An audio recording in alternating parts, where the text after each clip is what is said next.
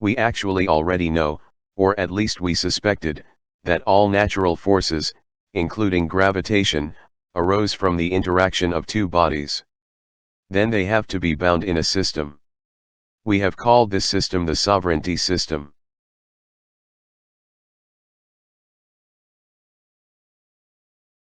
As already explained in detail, in this system two participating bodies drive each other, and then run around each other. And their orbital speeds are braked and limited to a maximum by each body's inertia. And limiting the speed creates the power for each body.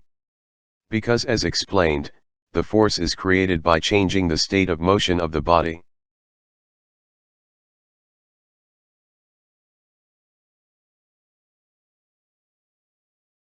Because the speeds of both bodies cannot increase further, although they are further accelerated by each other, they will inevitably rotate around their own axes and position themselves on two orthogonal planes. And they are also bound by these positions.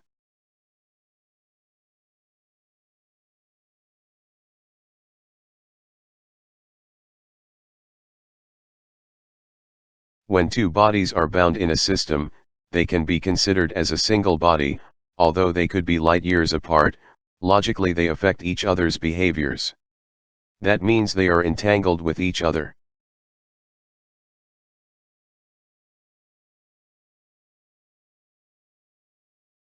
When a body rotates, its force field, gravitational field, also rotates. With this rotating force field, they in turn propel each other.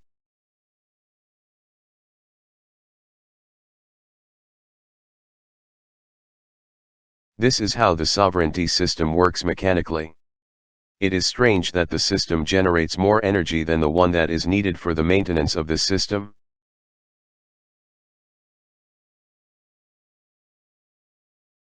And how is that even possible?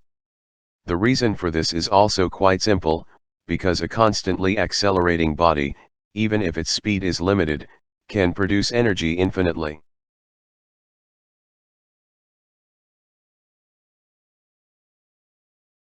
Seen from the outside, this system is a single body. It can form a larger sovereignty system with another body, which in turn can form an even larger one. This is how the whole material world came into being, from the atomic nucleus to the double star system or even the double galaxy system.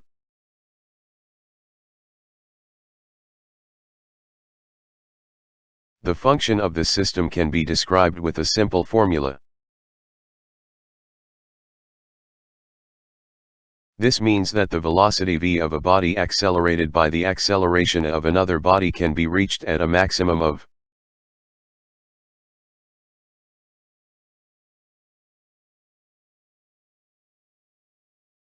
This is independent of the mass of the accelerated body.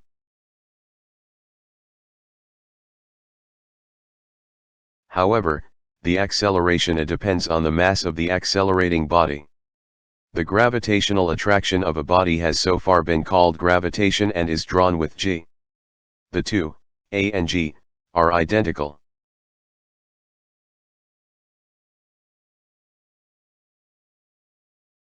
According to Newton's equation of gravity, the strength of a body's gravity is as follows. This also depends on the gravitational constant g.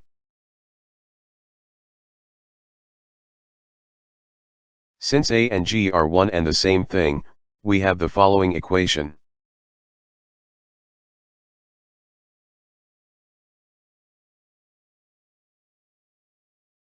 This results in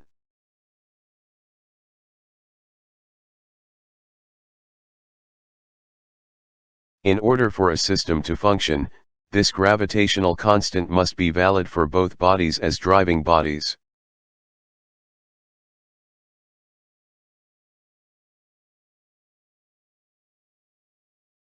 Therefore, each system has its own gravitational constant.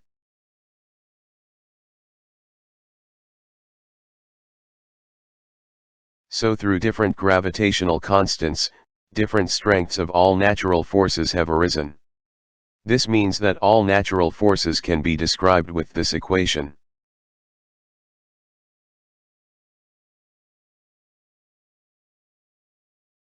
the universe consists of nothing but pure mass, which is part of all matter and particles, is a neutral thing possessing neither spooky qualities nor godlike abilities.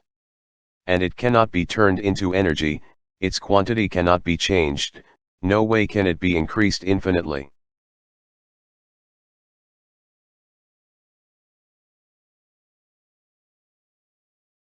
So the mass has neither power nor energy, it cannot move itself in any way. The only thing that the mass possesses and can possess at all is inertia.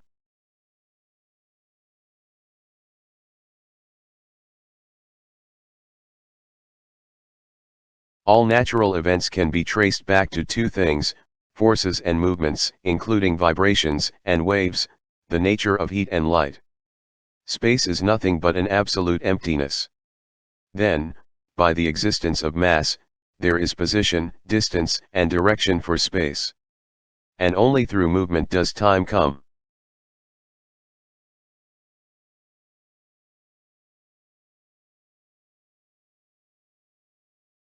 Force creates motion, inertia creates power from motion. The mechanism for this is the interaction in a sovereignty system. Physics as a whole is that simple.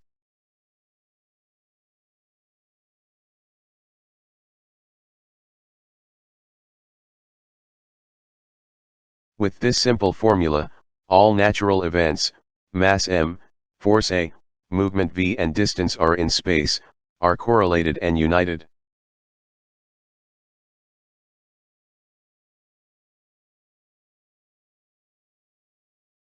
Sometimes we feel that nature, which is neither created by God nor an intelligent being, could perhaps not possess much more than a few silly tricks, the formulas of which would not be much more complicated than these.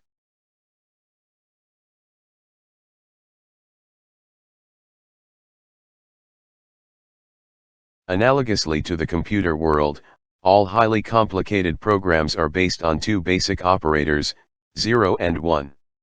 If there is a world formula, it should just be a ridiculously simple equation, but it doesn't have to be described with a highly complicated mathematical formula.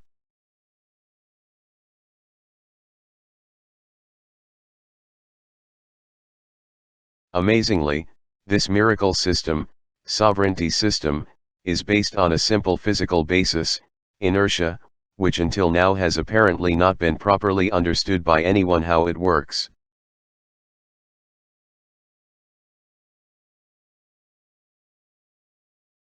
With inertia, as we have described in this videos, many, if not all, previously inexplicable or incorrectly explained phenomena in all areas of physics, classical physics, celestial mechanics, and also in the microscopic world, can be objectively explained, although always backed up with understandable mathematics.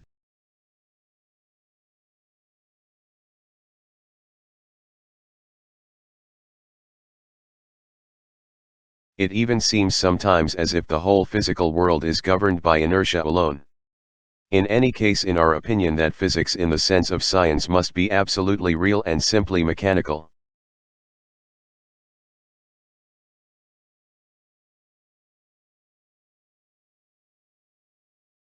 We hope to finally embark on the path that leads to a new physical era, an era of real physics where only what is real and concrete counts.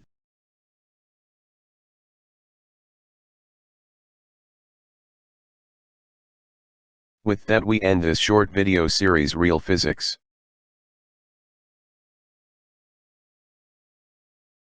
Thank you very much for your attention.